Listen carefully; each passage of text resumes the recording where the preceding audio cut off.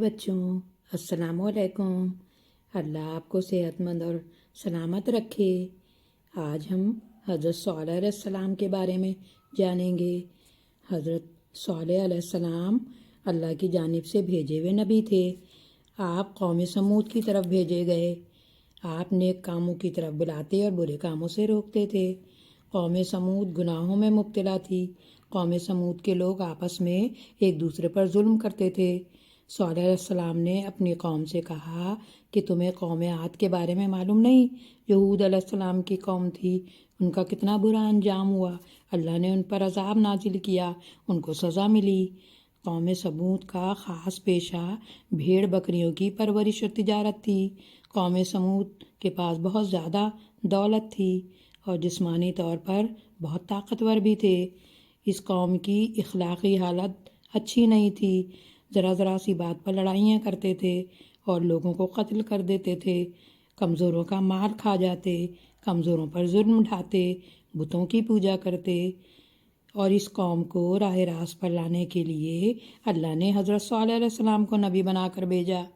حضرت صالح علیہ السلام ان سے کہا کرتے تھے کہ اے قوم، اللہ کی بات مانو، اس کے سوا کوئی ہمارا معبود نہیں ہے۔ اللہ نے مجھے پیغمبر بنا کر بھیجا ہے تاکہ تمہیں اللہ کے عذاب سے ڈراؤں۔ لوگ ان سے کہتے، ہمارے پاس بہت دولت ہے، بہت طاقت ہے اور عزت بھی ہے۔ اگر اللہ کو نبی بنانا ہوتا تو ہم جیسوں کو نبی بناتا۔ اگر اللہ ہم سے ناراض ہوتا تو ہمارے کھیت ختم کر دیتا، ہمارے عالی شان مکانات ہمیں نہیں دیتا، ہمارے پاس جو اونٹ اور بکریاں ہیں اور سواری کے لیے گھوڑے ہیں یہ بھی ہمیں نہیں دیتا۔ یہ سب چیزیں ہمیں مل گئی ہیں تو ہمیں پتہ چلا کہ ہمارے بت کی ہم سے خوش ہیں، اس لیے ہم کو یہ ساری چیزیں انہوں نے دی ہیں، اسی لیے ہم ان کی عبادت کرتے ہیں بتوں کی۔ تو تم ہمارے بتوں کو برا بھلا مت کہو، ہم تو خوشحال ہیں۔ اگر ہم تمہاری بات مانتے تو مفلس اور غریب ہوتے، تمہاری حالت تو ایسی ہی ہے۔ اگر تم نبی ہو تو معجزہ دکھاؤ۔ تو معجزہ کہتے ہیں ایسی چیز جو آپ کو حیران کر دے کہ یہ کیسے ہو گیا۔ تو حضرت صالح علیہ السلام نے اللہ تعالیٰ سے دعا کی کہ اللہ تعالیٰ یہ معجزہ دیکھنا چاہتے ہیں۔ تو انہوں نے کہا کہ ان پتھروں میں سے ایک اونٹنی پیدا کرو اور اونٹنی بھی ایسی ہو کہ وہ بچہ بھی دے اور ہم اس کا دودھ بھی پئیں۔ تو حضرت صالح علیہ السلام نے اللہ سے دعا کی اور اللہ تعالیٰ نے ان کی دعا قبول کر لی اور پتھروں کے اندر سے ایک اونٹنی نمودار ہوئی۔ اونٹنی بہت خوبصورت تھی اور جہاں اونٹنی پتھروں سے نکلی وہیں پر اللہ تعالیٰ نے گھاس بھی اگا دی اور ایک پانی کا چشمہ بھی جاری کر دیا، اسپرنگ جسے ہم کہتے ہیں، یعنی پانی کا انتظام بھی اللہ نے کر دیا۔ اللہ تو طاقتور ہے، جو چاہے کر سکتا ہے۔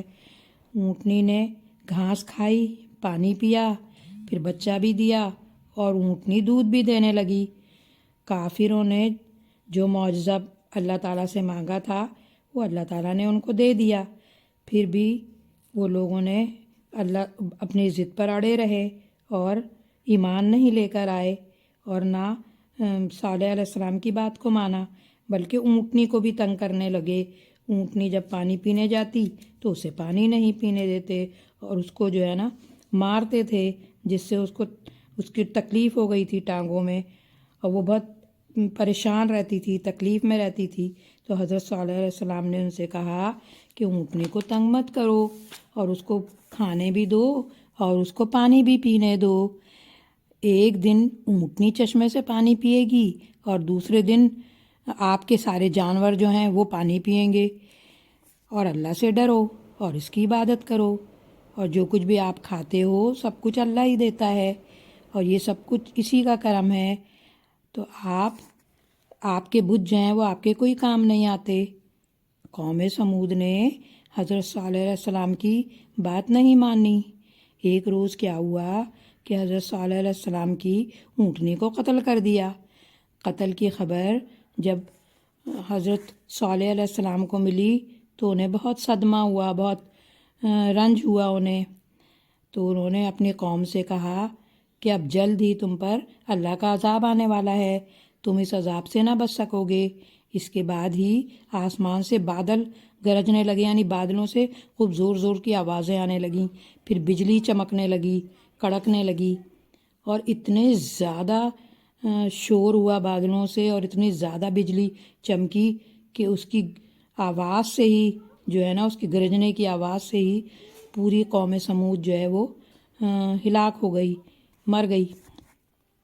جو لوگ آپ پر ایمان لائے تھے اللہ نے انہیں بچا لیا، اور جو لوگ اس تباہی سے بچ گئے وہ عرب کے مختلف علاقوں میں آباد ہو گئے۔ قوم سمود کی تباہی اور بربادی کے آثار، یعنی ان کی جو جگہ ہے وہ شام کے درمیان موجود ہے۔ غزوہ تبوک کے بعد جب اسلامی لشکر تباہ شدہ آبادی سے گزر رہا تھا تو انہیں پانی کی ضرورت پڑ گئی۔ وہاں پانی کا ایک کنواں دیکھا، لشکر نے آٹا گوندنے کے لیے پانی لیا تو آن حضرت صلی اللہ علیہ وسلم نے فرمایا کہ جس بستی میں اللہ نے اپنا عذاب نازل کیا ہے اس جگہ کی کوئی چیز استعمال نہ کرو۔ تو ہمیں یہ بات اس سے سمجھ میں آئی حضرت صلی اللہ علیہ وسلم کے واقعے سے کہ ضد نہیں کرنا چاہیے اور اللہ اور رسول کی بات جو ہے وہ ماننا چاہیے، اسی میں ہمارا فائدہ ہے۔